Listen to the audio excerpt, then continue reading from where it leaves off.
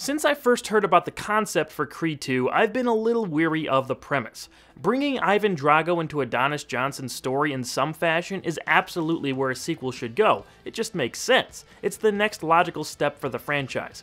But when I found out it was going to be Drago's kid facing off against Apollo's kid, I was slightly concerned. It just seemed too telegraphed, too convenient. Every trailer or clip I saw for the film, though, still had me pumped, so I entered Creed 2 in an excited but cautious state of mind. As the movie played out, all my worries were punched right out of my head. They made the concept work, and not just work, excel. The main reason for this is the character development of Ivan Drago and his son Victor. Dolph Lundgren and Florian Munteanu both give very good performances in this movie. Drago's one-dimensional presentation in Rocky IV is long gone, and replaced with a man rejected by his country while trying to right his wrongs with his son's success. I'd go as far to say they're sympathetic in this movie. Still the villains we need them to be when the story calls for it, but ample time was given to show their side of the story. Sylvester Stallone is as good as ever as Rocky, but what else is new?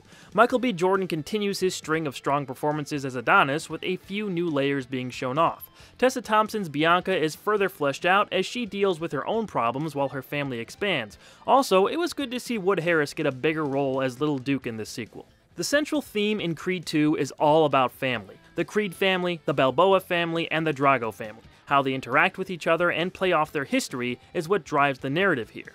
There are obviously a lot of callbacks to Rocky IV in Creed 2, but they're done respectfully and not in your face too much. The film is somewhat predictable, but I doubt anyone will care much about that. The formula works, it's time-tested and hasn't failed when they stick to it for the most part.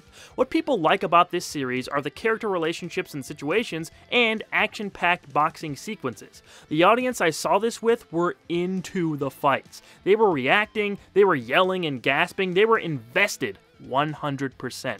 In that same way, they were engaged with the heart of the film that featured scenes of Rocky and Adonis going through their own family issues. I jumped out of my seat on a few occasions when a well-placed punch landed and internally reacted to a few of the more character-driven scenes myself. Bottom line, Creed 2 is a fantastic sequel. Predictable in some ways, but emotionally effective throughout. It's a heavy, pondering film and delivers on multiple levels. The crowd around me was into every punch, both literal and emotional.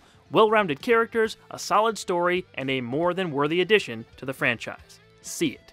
In terms of where they go from here, I'm not sure we need a third movie. I'm quite satisfied with where we ended up in this one, and with the Drago stuff out of the way, I don't know what new story they can come up with to match these first two. If they ever do though, I'll be at the theater opening night, ready to give it a shot.